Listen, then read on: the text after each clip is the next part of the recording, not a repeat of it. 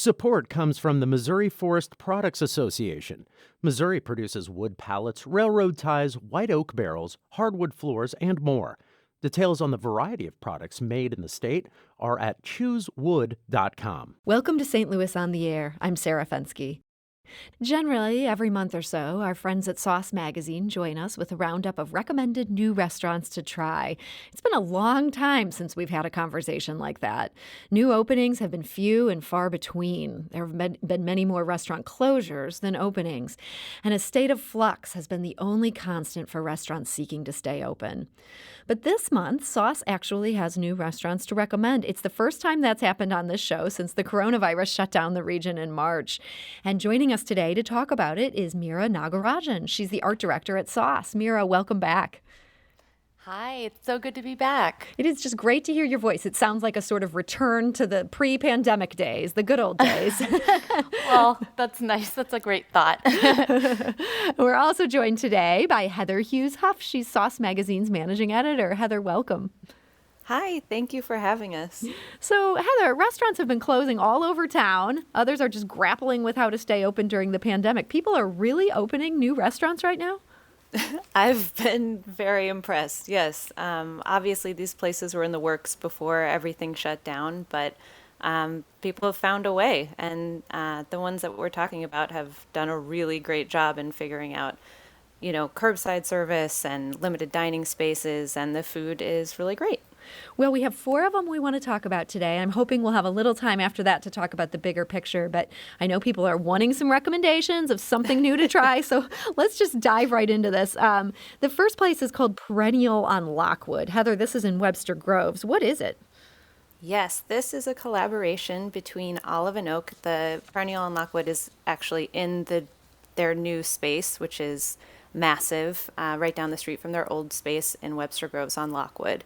But there is also Perennial Artisan Ales has a brew pub within the building as well. So they're brewing beer there. And then the menu is a collaboration between Olive and Oak sous chef Joe Biondo and Perennial's chef Evan Buchholz. And the food is, we've said this in the office several times, it's like, this is what you want a hit list to feel like. We loved every single thing we tried. They are doing really fun, just like sandwich and salad type stuff. They have a Chicago-styled fried bologna sandwich, which is really cute. Ooh. They have house-made bologna that they fry and then serve with all of the Chicago-style hot dog toppings like neon relish, sport peppers, tomato, onion, dill pickle, and celery salt, I assume. And then the other thing that really stood out that we loved was a crispy chicken thigh sandwich, which sort of looks like, like a Nashville-style hot fried chicken sandwich, but is a little bit different. They use Szechuan peppercorns, so it has that tingly, spicy feeling. And the chicken was just fried to perfection. It's so, so good. So everything down the line is great. And then you should definitely get a beer when you go there. They're only open for lunch, but we still recommend ordering a pint. It's open Wednesday to Sunday. And with those hours, if this is something where people don't want to dine inside in person, is there a patio or you can just get this to go? Yep. Olive and Oak has launched a big patio space. They've sort of overflown onto the sidewalk, as a lot of people are doing. So you can sit outside, and they also do great carryout. We got these things to go when we tried them, and it was no problem. Everything still tasted great. Meera, tell me about Barrio. This is on DeMunn in Clayton. Hadn't they already been open for a while? Am I wrong thinking this is not a new opening? Yeah, they were open. They opened in 2018, and then they closed. They were doing Mexican food like tacos and margaritas, among other things, and they closed temporarily and quietly reopened on June 19th after almost 1 year of being closed. And so the space is the same and the name is the same, but they're offering a short menu of smash burgers and sandwiches and fries, floats, milkshakes, that kind of thing.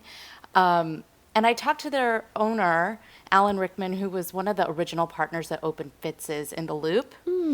And he just said that he wanted the new Barrio to be more viable and something that the neighborhood was asking for. And the neighborhood wanted a burger joint, so that's what they did.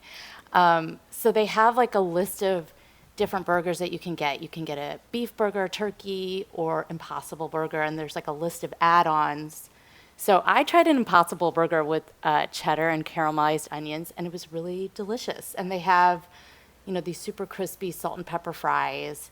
And of course, they're going to use Fitz's root beer and for their floats. So I had a float and they're using Clementine's vanilla ice cream. So Clementine's just a few doors down in Des Moines. And, it's a pretty short menu, but they started adding a couple things to it. Like they now have a pulled pork sandwich and a fried chicken sandwich, which is such a trend right now. And it just seems that simple and familiar food like this is what people are gravitating towards in general. It's affordable to make and it's affordable to buy and it's quick and fast. So I think that's a trend we're going to start seeing as people start opening new restaurants. And that, again, that's a really lovely patio there. So that's Barrio on Des Moines. Old name, completely new concept. Completely new. Heather, tell us about Cellar House. This is in South St. Louis County. Yeah, so this is another that might sound familiar to people. Cellar House actually opened in 2015 as a sister wine bar to Bottle Cellars, which is in Oakville in South County. But they had planned this move before COVID happened. They wanted to expand the menu and sort of become more of a full service place instead of a wine bar snacky kind of restaurant. So they moved locations. They're about a mile north now on Telegraph Road. They opened in June, and it's a beautiful space. It's all like white subway tile and blonde wood. It looks very, very nice, very like wine bar appropriate. And they have a much bigger menu. They've got a few flatbreads, some sliders, still have the snacky element if you just want to go for a glass of wine, but they also have some really nice entrees. We really liked the braised beef short rib that came with a boursin polenta, really creamy, cheesy, and a bunch of vegetables. They had some nice salads. It's just a great spot to grab some wine. And I know that Bottle Cellars was a real favorite in the area, sort of not a ton of little independent wine shops around there. And that closed in April. So this is the spot to go if you still want to check out their wine selection, and you can get bottles to go, which is great. Okay, so that is Cellar House in South St. Louis County. And then finally, Meera, you guys are also recommending Chicken Out. I understand this is in the spot that used to be Piccioni Pastry. That's exactly right, yeah. So who's behind this new venture? So it's the restaurant group behind Sugar Fire Smokehouse and High Point Drive-In, which are insanely popular. Yeah, that's the understatement. They have so many locations and like they have a great business model, and especially it works in the time of coronavirus because you can get takeout really easily. It's like fast, accessible food. So they open Chicken Out on that corner. It's a huge space. I went in there to get some carry out. I didn't really see any dining options in there. I think it's only available for carry out right now. But the menu is full of chicken dishes, from sandwiches to salads. We tried their spicy chicken out sandwich, which is like a Nashville-style piece of chicken. Again, it's like fried chicken sandwiches all around on our hit list this month. And it's got, a spicy chicken breast, like fried, and it's got a great crispy skin, and pickles and a hot sauce mayo on a potato bun. And they also, if you're a vegetarian, have a faux hawk, which is made from a locally produced plant-based meat alternative called Hungry Planet.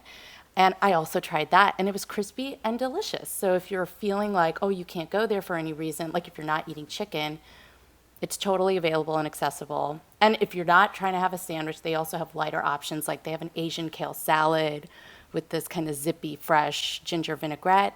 And they also have crinkle cut fries with chicken salt, which I didn't know what that is. But it's a blend of spices, salt, and a dehydrated chicken bone broth.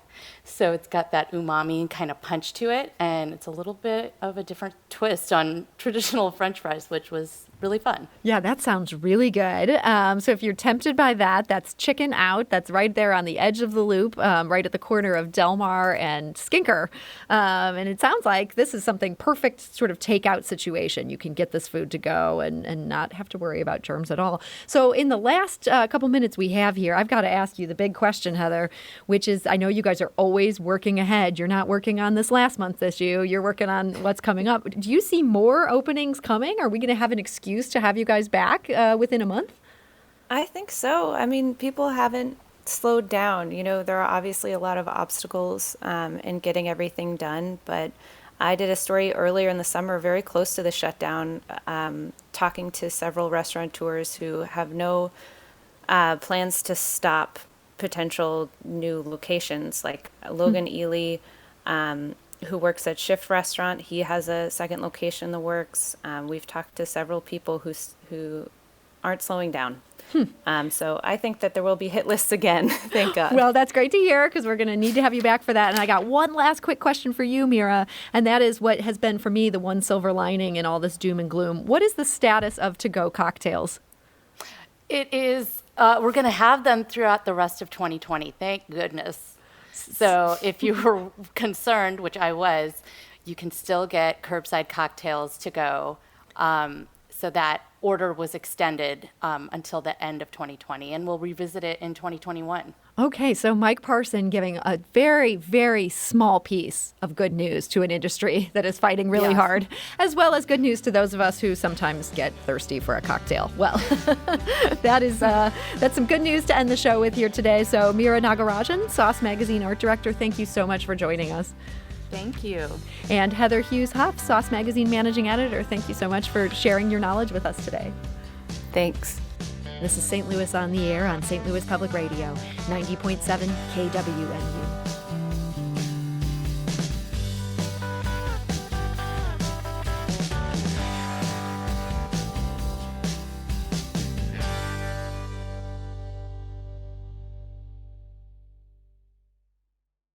Support comes from the Missouri Forest Products Association, providing more than 41,000 jobs in the production of wood pallets, railroad ties, white oak barrels, hardwood floors, and more. Details at choosewood.com.